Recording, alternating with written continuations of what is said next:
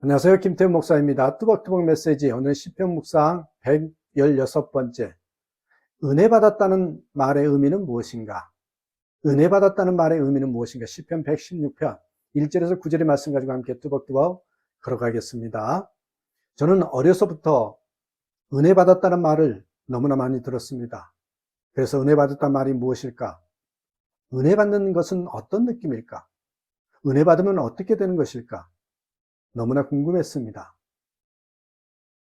여러분 중에도 은혜 받았다는 말이 무엇인지 궁금한 분이 계실 거예요. 시편 116편은 은혜 받은 사람의 고백입니다. 그는 죽을 수밖에 없는 상황에서 하나님께 기도하여 구원을 받았습니다. 3절, 죽음의 얼과미가 나를 얽어매고 수월의 고통이 나를 엄습하여서 고난과 고통이 나를 덮쳐올 때에 나는 주님의 이름을 부르며 주님께 간구합니다. 이 목숨을 구하여 주십시오 하였습니다. 주님은 나를 구원하여 주셨다.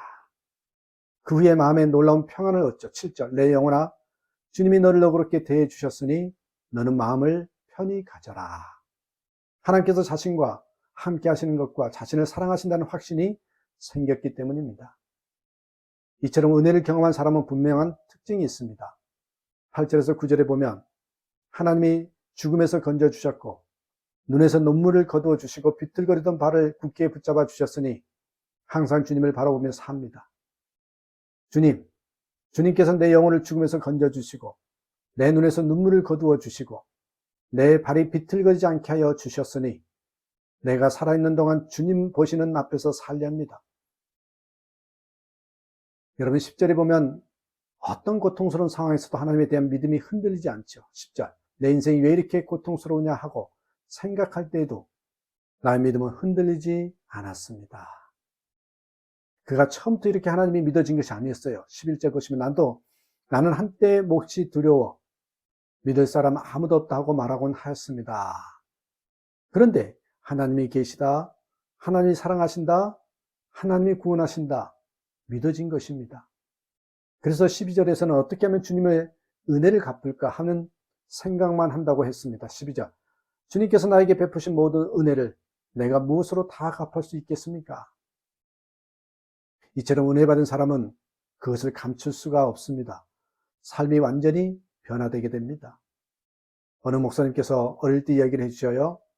개구장인 7명의 친구들과 교회를 다녔는데 추운 겨울날 교회 지하 기도실에 있는 톱밥 난로에 불을 내고 사고를 쳤다는 것입니다.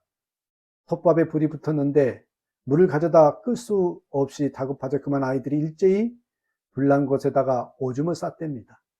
다행히 불은 꺼졌지만 온 교회에 찌린내가 진동하였고 사찰 집사님에게 붙잡혀 담임 목사님 앞에 끌려갔는데 담임 목사님께서 아이들을 보시고 웃으면서 너희들이 불을 내고 오줌을 쌌다는 아이들이냐? 하시면서 한 아이 한 아이의 머리를 쓰다듬어 주시고 앞으로 한국교회에 부흥의 불을 붙이거라 하셨답니다. 그 아이들 중에 6명이 목사가 되었고 5명이 부흥사가 되었다고 했습니다. 이처럼 은혜 받으면 인생이 바뀝니다. 은혜란 이처럼 도저히 받을 자격이 없는 자가 엄청난 선물을 받은 것입니다. 여러분은 그 은혜를 받았습니까? 예, 우리 모두는 말할 수 없는 은혜를 받은 사람입니다. 우리는 지옥에 갈 수밖에 없는 죄인이었습니다. 그런데 예수님께서 우리를 대신하여 십자가에 달려 죽으심으로 우리가 죄와 저주와 사망에서 구원받았습니다. 유명한 천문학자인 코페르니쿠스가 세상을 떠났을 때 자신의 묘비에 쓴 글을 부탁했답니다. 쓸 글을 부탁했대요. 하나님이시여, 나는 바울이 가졌던 특권을 구하지도 않습니다. 베드로에게 주셨던 능력도 구하지 않습니다. 다만 예수님 십자가 지실 때 옆에 있었던 강도에게 베푸신 그 긍휼을 구할 뿐입니다. 우리가 몰라서 그렇지 우리에게 가장 귀한 은혜는 죄 사함입니다. 그리고 우리 모두가 다 그 은혜를 받았습니다. 하나님이 여러분의 아버지가 되신 증거를 아십니까? 십자가입니다. 부모가 친부모인지 아닌지 어떻게 합니까? 자식을 위해서 죽을 수도 있는 마음을 보면 압니다. 부모가 아니면 똥 하나 치우는 것도 힘듭니다. 십자가. 그렇습니다. 하나님은 나의 아버지이십니다. 십자가의 은혜보다 더 큰 은혜는 없으며 예수 그리스도 한 분으로 충분합니다. 오직 그 은혜를 깨닫는 눈이 뜨여야 할 뿐입니다. 고린도전서 2장 12절에 우리가 세상의 영을 받지 아니하고 오직 하나님으로부터 온 영을 받았으니 이는 우리로 하여금 하나님께서 우리에게 은혜로 주신 것들을 알게 하려 하십니다. 우리가 더 깊은 은혜의 바다로 들어가려면 기도해야 합니다. 시편 기자도 1절 2절에서 평생 기도하겠다는 고백으로 이 시편을 시작하고 있죠. 1절 주님께서 나의 간구를 들어주시기에 내가 주님을 사랑합니다.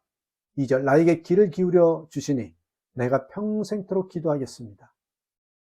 우리의 문제는 상황이 어려운 것이 아닙니다. 기도에 힘이 부족한 것이죠. 스탠리 존스 선교사는 17살 때 회심하였다고 합니다. 교회에서 붕회가 열렸는데 셋째 날 밤 집회에 참석하기 전 진정 거듭 남자가 되길 갈망하는 마음으로 침대 곁에 무릎을 꿇고 예수님 오늘 밤 저를 구원하소서 이렇게 간단하지만 생명을 건 기도를 드렸습니다. 그리고 교회로 달려갔습니다. 그동안 한 번도 앉은 적이 없었던 맨 앞좌석에 가서 앉았답니다.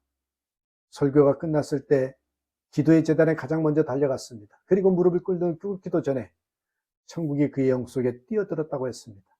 1. 하나님께 용서받았다는 느낌이 강하게 들었습니다. 2. 본향, 바로 거기에 돌아왔다는 느낌을 받았습니다. 3. 삶의 방향이 분명해지며 삶의 목적을 찾았다는 느낌이 들었습니다.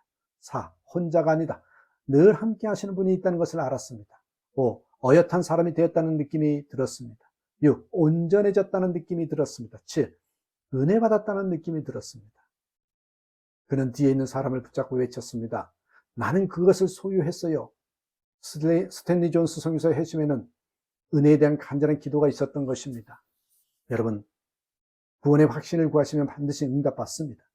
죄에서 떠나 하나님 말씀대로 살게 해달라고 기도하시면 반드시 응답받습니다. 하나님이 기뻐하시는 일을 하면서 살게 해달라고 기도하시면 반드시 응답하십니다. 이런 기도의 체험을 통하여 우리는 더 깊은 은혜의 바다로 들어가게 됩니다. 여러분, 아직 은혜가 무엇인지 모르겠다는 분이 있습니까? 지금 주님께 은혜를 깨닫게 해주시길 구하시길 바랍니다. 모든 은혜가 여러분을 위해서 준비되어 있습니다. 늘 은혜 받는 자의 삶을 사는 저와 여러분 되시길 주님의 이름으로 축복합니다. 감사합니다.